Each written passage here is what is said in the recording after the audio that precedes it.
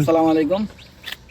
আজকে আমরা চলে আসছি দুলমা কাহালগার মাঝখানে ফুল বাগান। এই যে আপনারা দেখতে পাচ্ছেন যে ফুলের বাগান এখানে, ঠিক আছে। ফুলের বাগান এই পাশে আছে আপনার নারিশ, ঠিক আছে। এর মধ্যবর্তী একটা জায়গা। এই জায়গাটা দীর্ঘদিন যাবৎ এখানে এইভাবে পড়েছে বাঙ্গা।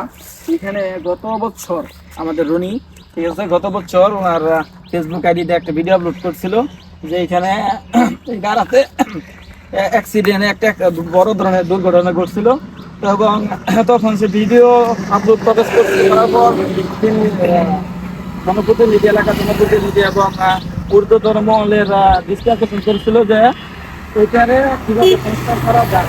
কিন্তু মনে হয় আবার 1 বছর শেষ হয়ে গেছে, তারপরেও আজ পর্যন্ত এটা করা হয় নাই।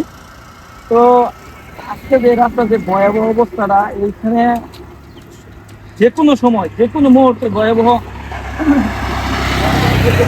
সম্মুখীন হতে পারে। কারণে এখানে অনেক হয়তো দূর দূরান্ত থেকে গাড়ি আসে, হয়তো বা একটা দুর্ঘটনা ঘটে যায়, তাহলে অ্যাক্সিডেন্ট হলে অনেক প্রাণ ঝরে যেতে পারে। তো আমরা আসছি কর্দন হাসানা ফাউন্ডেশন পক্ষ থেকে এটা দেখার জন্য।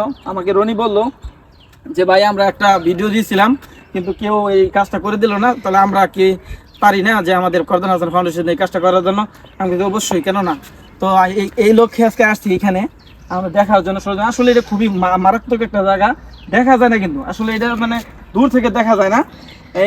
হঠাৎ করে গাড়ি আসলে বোঝা যায় যে এখানে একটা গর্ত আছে।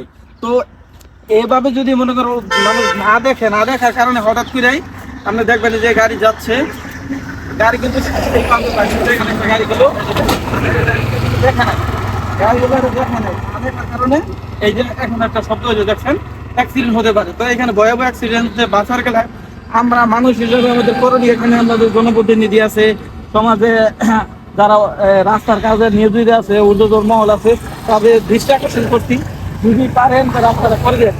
আমরা যদি কেউ করে দেখতে দিল নয়, ইনশাল্লাহ সামনের সপ্তাহের মধ্যে আমরা ইনশাল্লাহ এই রাস্তা এই যুগ আমরা সংস্কার করে দেবো আমাদের কর্দন হাসান ফাউন্ডেশনের পক্ষ থেকে। সবাইকে ধন্যবাদ। আর একটা কথা বলতে চাই যে মানুষ হিসাবে আমাদের রাস্তার একটা হক আছে। রাস্তার হক হলো, যদি রাসূল সাল্লাল্লাহু আলাইহি ওয়াসাল্লাম বলছে যে রাস্তা কোনো কষ্টদায়ক বস্তুটা সরাই দিলে আল্লাহ তাআলা তাকে জান্নাতের সুসংবাদ দিচ্ছে। যে ব্যক্তি রাস্তা থেকে একটা কাটাও ওইখান থেকে সরাই দিবে, আল্লাহ তাআলা তাকে তার জন্য জান্নাত একটা দোয়া নির্মাণ করবে। তো এই উদ্দেশ্য হলেও আমরা আপাতত সবাই যারাই দেখবো কোনো রাস্তাতে কোনো কষ্টদায়ক বস্তু আছে, মানুষের ক্ষতি হবে, অবশ্যই আমরা অপসারণ করার চেষ্টা করবো এবং আমি উপকার করার চেষ্টা করবো, মানবতার সেবায় কাজ করব, মানুষের কল্যাণে কাজ করব। আর আপনারা জানেন আমাদের কর্দন হাসানা ফাউন্ডেশন মানবতার সেবায় মানুষের কল্যাণে কাজ করে থাকে। আপনারা আমাদের পাশে থাকবেন, আমাদের জন্য দোয়া করবেন, আমরা যেন সব সময় মানবতার সেবায় মানুষের কল্যাণে কাজ করতে পারি। ধন্যবাদ সকলকে।